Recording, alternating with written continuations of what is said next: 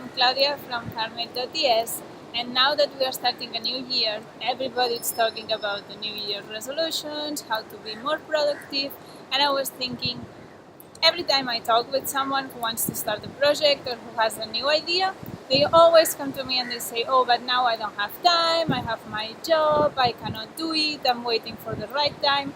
And I always say, come on, you can do it. Even if you feel you don't have time, you can do it. So today's video is all about this, how to get things done even if you feel you don't have time. So the first thing I want to say is that me too, I feel sometimes I'm too busy and I have so many things to do and I feel that there is not time enough to do it. So I totally get you. It's true that I quit my job, I started from zero and I had all the motivation and all the time of the world to start my business. And if you can do it, I totally recommend to do it like that. But I understand that in some situations people cannot quit their daily job or they have too many things going on to do it. So anyway, let's start with the first tip. The first tip is I want you to really be serious, sit down and think, okay, how much time can I dedicate to this goal, to this project that I want to do? So maybe it is just 30 minutes a week, it doesn't matter. If it's 30 minutes every day, it's great. But if it's just 30 minutes every week, it's still more than nothing. So I want you to just be sure that these 30 minutes are going to be like if you were going to the gym, you're not going to schedule anything else, you're not going to do plans. So you're going to sit down every Saturday morning for 30 minutes and work for it. And you commit to it. I want you to think, okay, I'm going to dedicate this time and I'm going to do it even if I have other things, even if this week I'm too busy, I will find these 30 minutes. Like that, you will focus, you will have a little bit time to work, but still you will be doing it. And just go one step at a time. It doesn't matter if it takes you a super long time.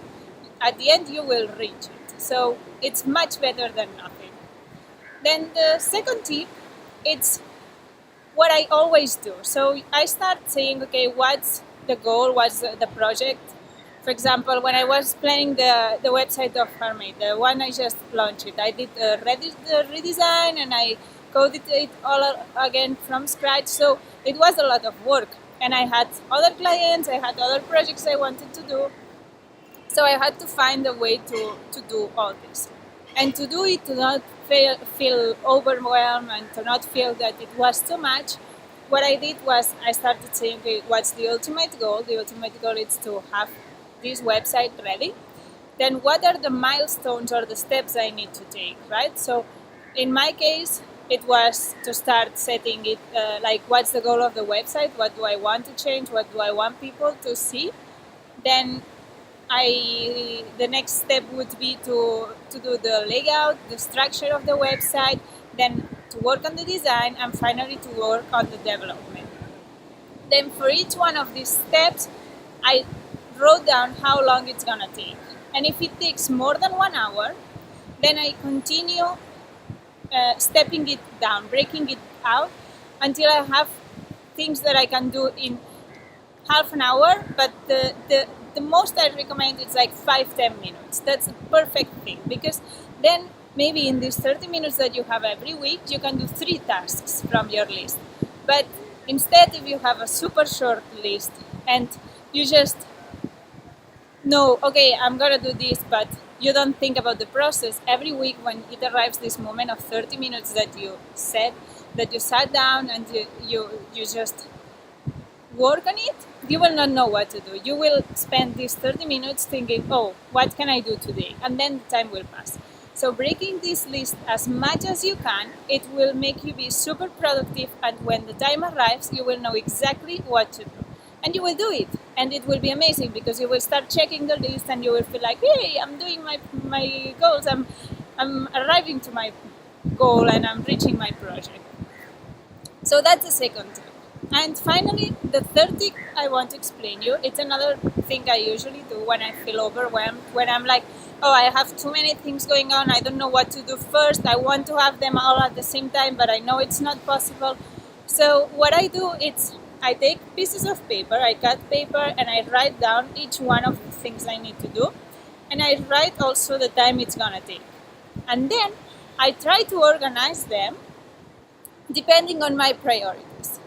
So, for example, right before coming here to Sri Lanka, I was in Malaysia, and I was assuming that the internet here will not be good, which is true. So I was thinking, okay, from all the things I have to do, and it was just 3 days before taking the plane, so I did not have that much time. But I was like, okay, Claudia, you need to do all these.